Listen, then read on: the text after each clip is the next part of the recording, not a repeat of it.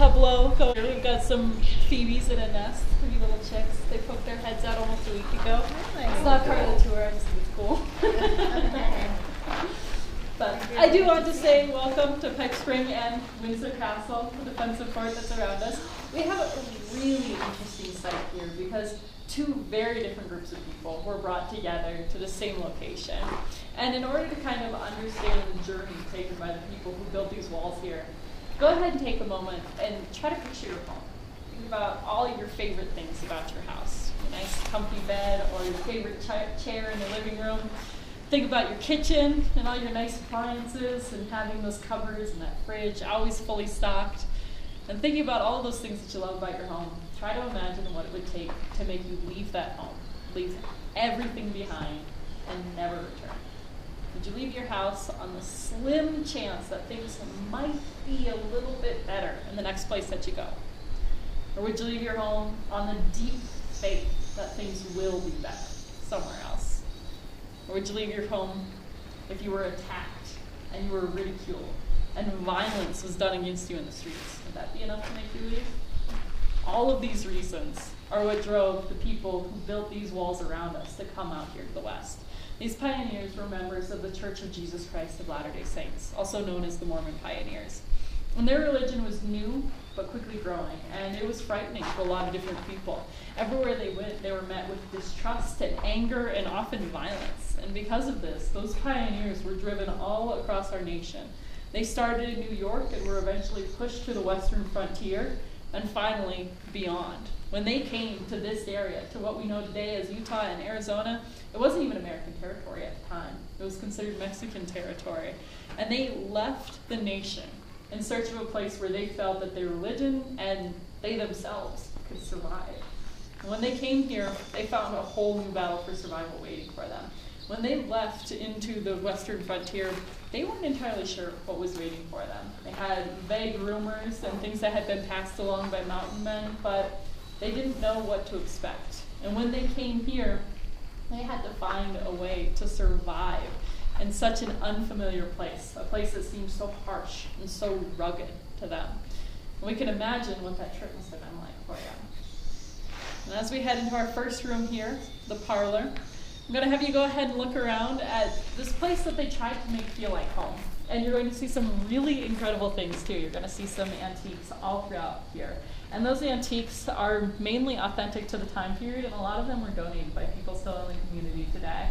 So I will ask that you try to keep your hands to yourself as you walk through, but we've got a beautiful place to explore. Let's head inside. So when the pioneers first came to this area that we know today as Pipe Spring, they immediately saw the value and they saw a way to utilize this place.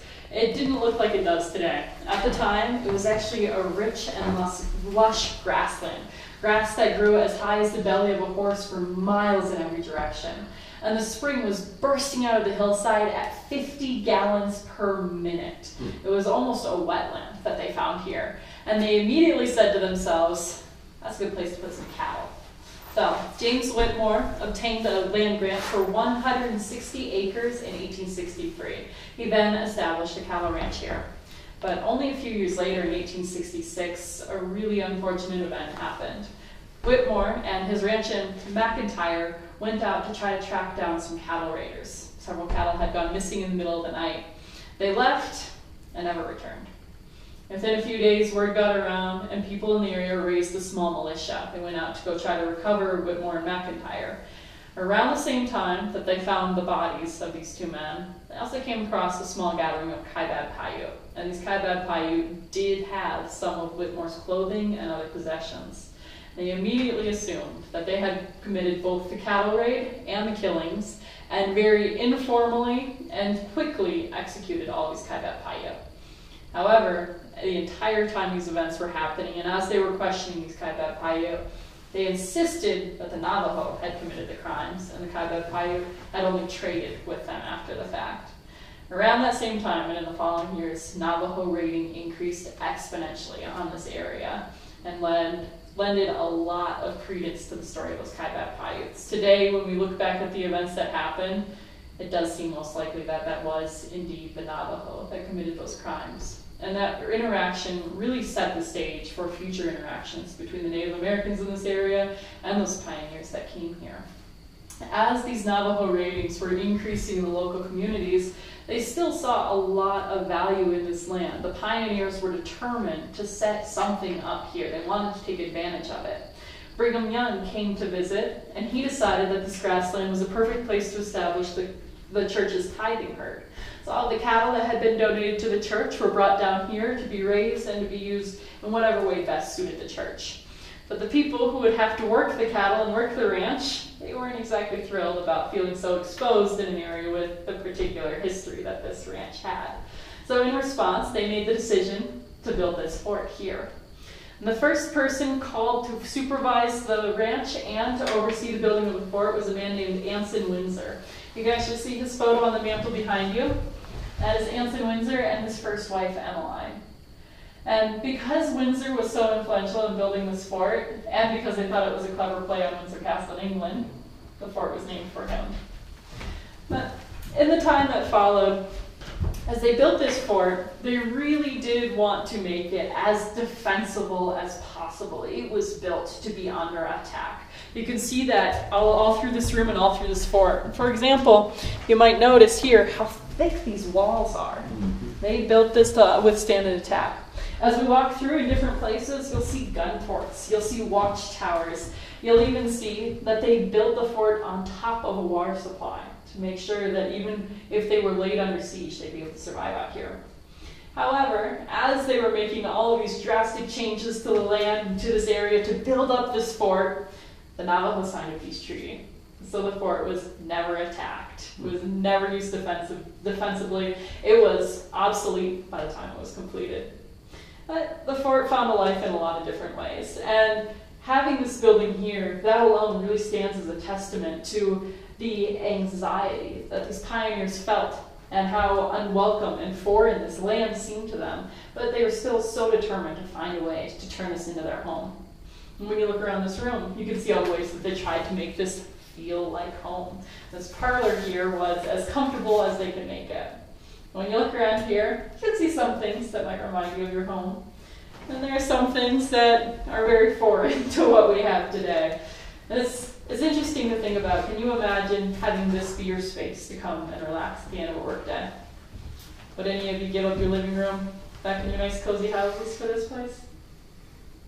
Probably not, I wouldn't. As we continue into the kitchen, you'll also see a lot of those things that look exactly like what we have in our homes today, and you'll see a lot of things that look really unfamiliar. Let's head in, you can look around. So in a lot of ways, this is a pretty classic kitchen, and incredibly fancy wood-burning stove that actually traveled by wagon all the way from Chicago to be here. So things like this made the place more comfortable, made it feel more familiar to what we expect in a kitchen today. But there are other things that look very foreign, things that we don't recognize in our own homes. Did any of you set your own tables like this? Not quite, looks a little different. So you'll notice that they have the chairs turned out, and they also have all of their dishes upside down.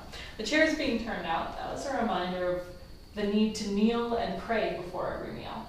But the dishes upside down, that was because of the horrible dust storms that they would get through here, especially as the cattle began to overgraze and strip the grasslands from this area. Those dust storms would pick up stronger and stronger and more frequently. One of the women who lived here was a woman named Flora Woolley, and she very vividly talks about being here during those dust storms. And Flora was an interesting woman in a lot of different ways. Her husband was the person who had been called to be the caretaker of this ranch, but he had to travel a lot. He was almost never here, and Flora found herself almost single-handedly running the ranch. And in those great dust storms, she describes them lasting for days. She describes them being so bad you could hardly see clearly across the courtyard. And she also says when those dust storms finally settled, there were times that she needed a shovel to clear all the dirt out of the corners of the rooms. She had an incredibly difficult time while she was here. She describes all the hard work that went into it. She describes as a mother being constantly worried about her young children. A lot of wild animals out here, and also unpredictable cattle out here. In addition, children weren't given an easy life. Her kids were out there with the cowboys helping to move the cattle. They were carrying the water for the orchards. They were helping to move the quarried stone that built all the buildings around us. So, She had a lot of things on her mind, a lot of things to be worried about. In addition, this was a very isolated place. She felt cut off from the rest of the world, and she really struggled in her time here. Following Flora, a woman named Emma Siegmiller lived here, and she described even worse conditions. At that point in time, the land had been mostly overgrazed, and she describes almost a desolate atmosphere around her. A lot of the business had died down here, and she found herself alone and very isolated a lot of the times. Later in her life, Emma Siegmiller would even describe having nightmares about having to return to Pipe Spring. It really shows you just how difficult it was to be someone out here working on this ranch. And it shows you that to be here at Pipe Spring, it wasn't just a test of survival skills in terms of finding food and making shelter. You had to have incredible resilience and strength of spirit to be able to spend your time here. One of the things that's really unique about Pipe Spring is you'll find a lot of the stories here really focused around women. Women played major roles, and there were various points in time when this was even known as the Adamless Eve, because it was women run. And especially during the time that Flora Woolley was here, there were times when several different women were sent to live at this isolated ranch here in Arizona. As we continue to our next room upstairs, go ahead and ask yourself if you can figure out why so many women came to live here on this little tiny ranch. Let's head up the stairs over here.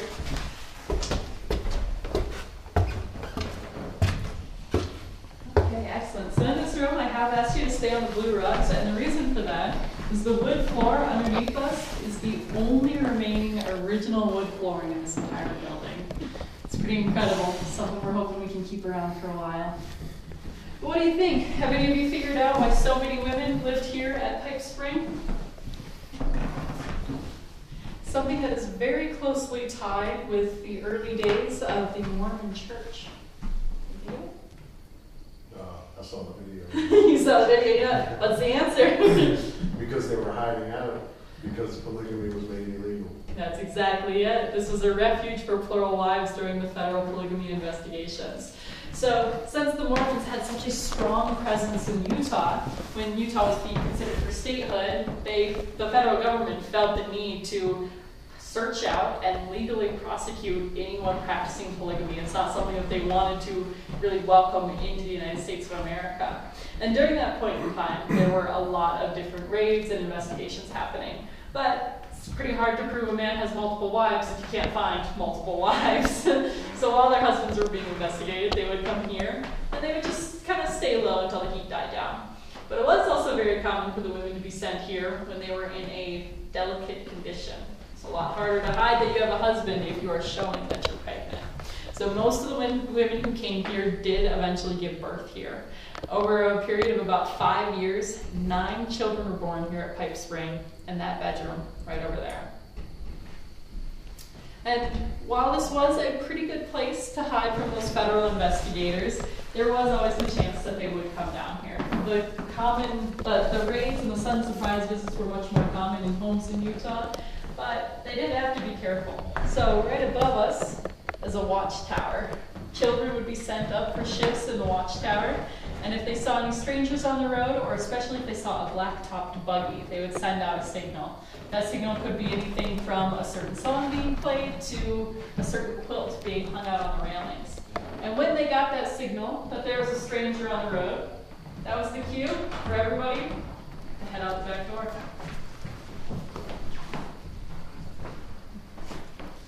They would head up over the ridge, and on the other side was a little box canyon, a good place to stay out of sight with a few supplies.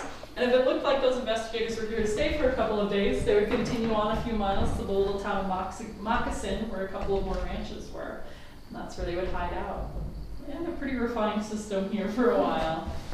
But it was really stressful to undergo that feeling of having to hide out. It's one of the things that contributed to Flora Woolley having such a difficult time here. Sometimes when she talked about this place, she described it as going to prison so her husband didn't have to. It really shows you the sacrifices that they felt they had to make to preserve this way of life. However, the church did end up formally condemning polygamy just a few years later. It's interesting to see if they had known what was coming down the road, would they have made those same sacrifices? Of course, they weren't the only people struggling to live here and to protect the way of life that they knew best. So the Kaibab Paiute had a really strong relationship with this land that was dramatically affected by having the pioneers in this area. So as we head out onto the porch there, go ahead and look at the landscape around us and try to imagine if you were trying to live with the land here, do you see anything to eat? Do you see anything to make your homes or your clothing out of? I'm also going to warn you as we head out, there's a really low banister, so try to stay away from that.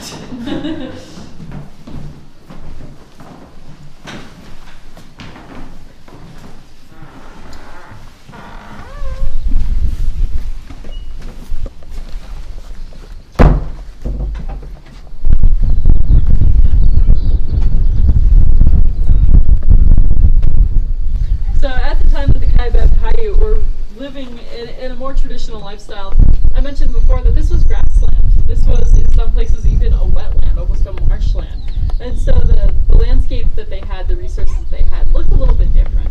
And they very quickly found a way to be flexible, and Kaibab Paiute were incredibly mobile. It's one of the strategies they adapted to get the wide variety of supplies and nutrients that they needed. So by having a territory that spanned many different landscapes and types of places, they could have a wide variety of animals to hunt and plants to harvest. This would give them access to different materials to make clothing from, and like I mentioned, have a very nutritious diet.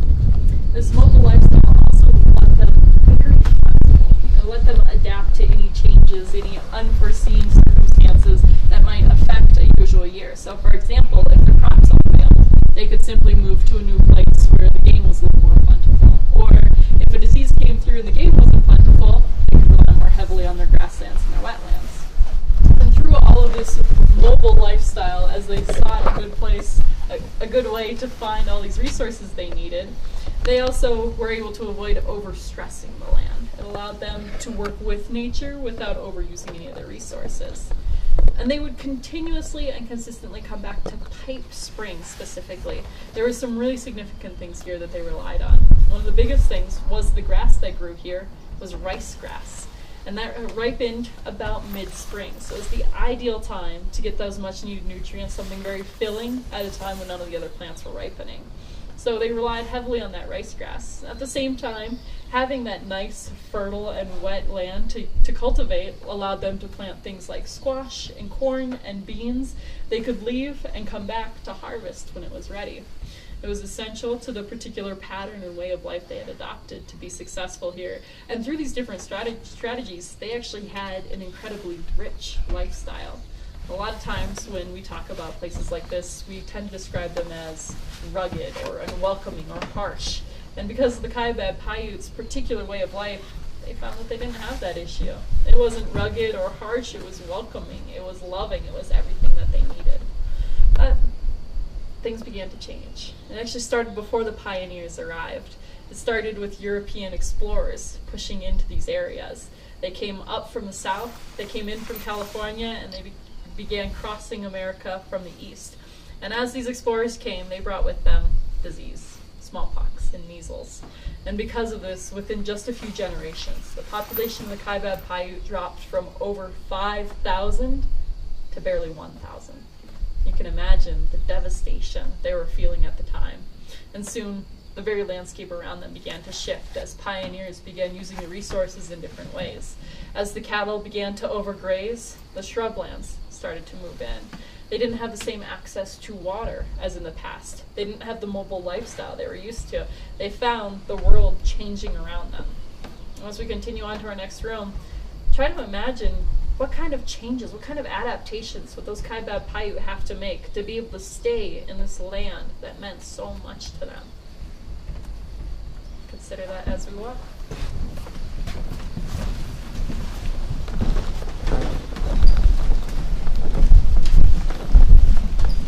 The stairs here are very steep and narrow. You also have to watch your head because the gutter will get you at the end.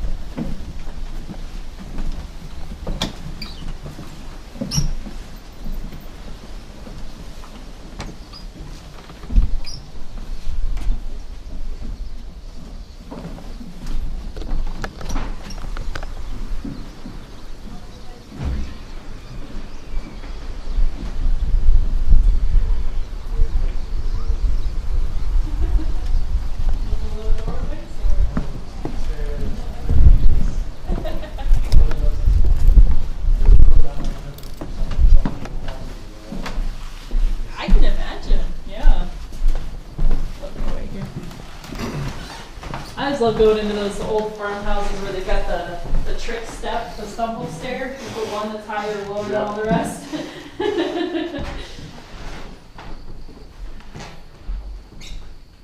So here we're almost in more of the business operations of the port. This room over here was operated kind of like a bed and breakfast, and this bedroom belonged to the telegrapher. So what we have set up in this room was a telegraph station, and it was actually the first telegraph to operate out of Arizona. So in the midst of all of these changes, this almost technological revolution that was happening here were the Kaibab Paiute, looking to maintain more of a traditional way of life. And they found that they had to really be proactive and innovative if they wanted to stay in this area that meant so much to them. I'm not entirely sure where everybody here is from, but I'm sure that no matter where you're from across the United States, there was a local Native American tribe that is no longer there. It was one of the most common stories for Native American groups across our nation.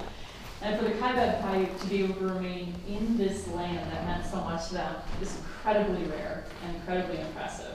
And on top of that, they were able to hold on to those traditional core cultural values in a way that very few groups were able to. And the way they were able to do that was through being very adaptive and flexible. Same things that had served them in living off of the land, they found that they could apply to this changing lifestyle around them. They found that they would have to work with and adopt some of these pioneer practices. And this allowed them to be almost in a give and take relationship with those pioneers. They may not have always gotten along. In fact, most of the relations between these two groups of people are incredibly unclear. They're very muddy because we'll never know exactly what the both sides of the stories are. We'll never know what these people were thinking and feeling as these things happen. But we do know they lived side by side, and there was a lot of back and forth between these two groups.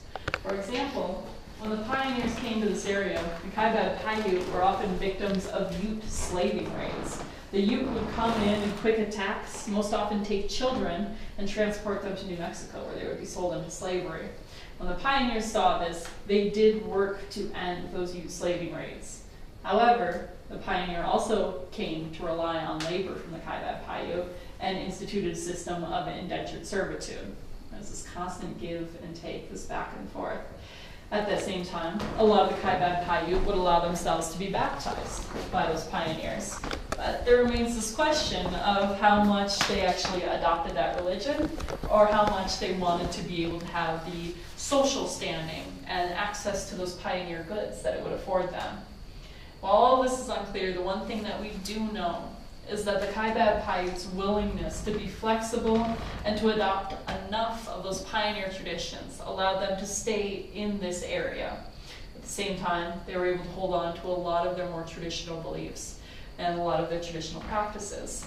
While they would have, in the past, cultivated large areas of land to grow their squash and corn and beans, they now found that most of their major water sources were occupied by other people. They began searching out small, weak springs, side streams, rivulets, and continuing to grow those crops that they relied on so much. They were able to keep some of what meant so much to them on the land, while also adopting some of those new traditions. And because of that, the Kaibab Paiute remain on this land to this day. And what I said earlier is very rare for Native American groups in this nation. We've got one last room ahead of us that is going to be the spring room, where we are going to see the water that brought these two incredibly different groups of people together, and that water that continues to shape the landscape to this day. So we're going to head next into the courtyard before we go into the spring room. And as we start to gather in the courtyard, go ahead and consider how much of a role water has in your life. Now, obviously, we need it to survive, but does it influence decisions like where you build your house? Is it something that you think about every single day? Is water a major factor in your life decisions the way that it was for these people? What's your own relationship with the water? Go ahead. There. Yeah. They come and sit on the line? You know, they must. They never do it when we're here. Oh. They're sneaky like that. Yeah, I'm not surprised. Yeah, every once in a while I'll find various animals here. Maybe a lizard will run through, or Oh, really? something like that. Actually, Flora Woolley once told the story of daughter to to take a nap up in the room there. She went out and did some chores. When she came back, there was a coyote sleeping right below the foot of the bed. Oh my goodness. By some animals that come through. All right. Now we'll find the spring room. Let's start that again and watch your head here.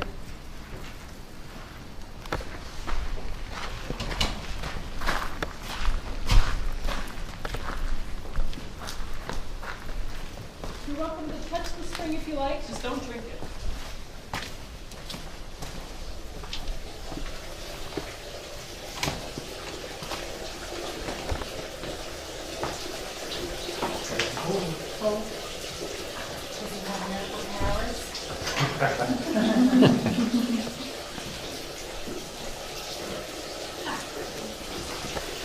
So here we have the spring water that started it all.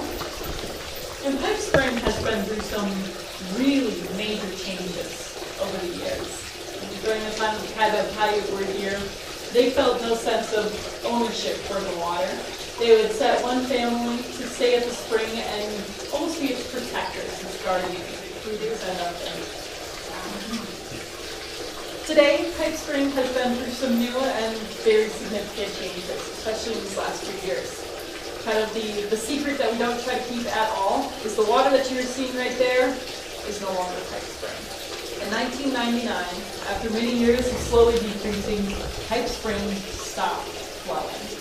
However, at the same time, other springs in the area picked up a little bit.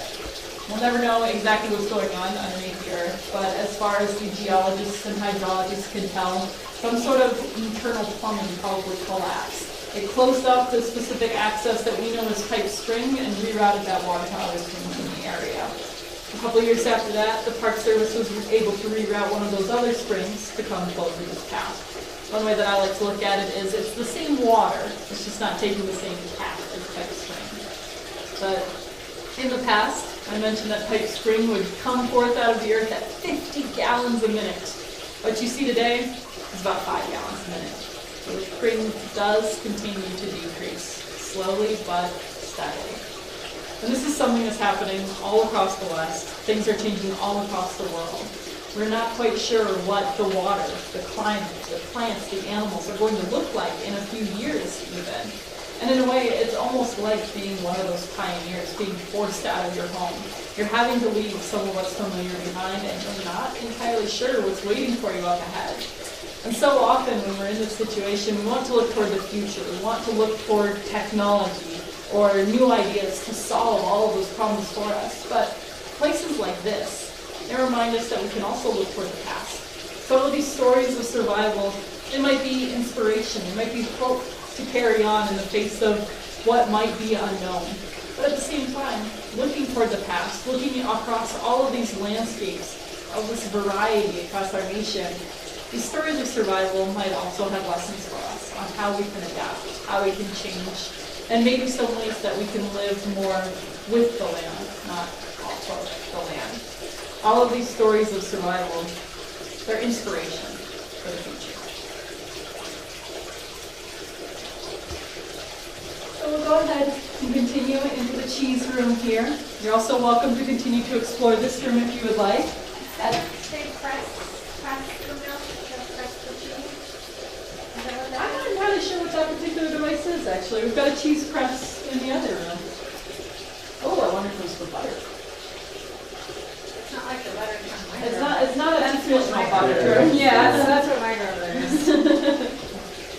that can stick with Not you. so much. But it kind of looks like some of the shape.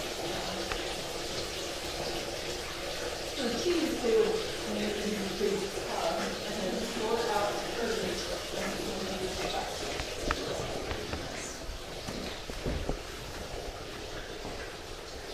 So at this point, my formal speaking is finished. You're welcome to continue to explore the spring room and the cheese room. I'll also open the door so you don't feel stuck in here. But I've got time for questions if you have any. And I really appreciate you. Well, thank you.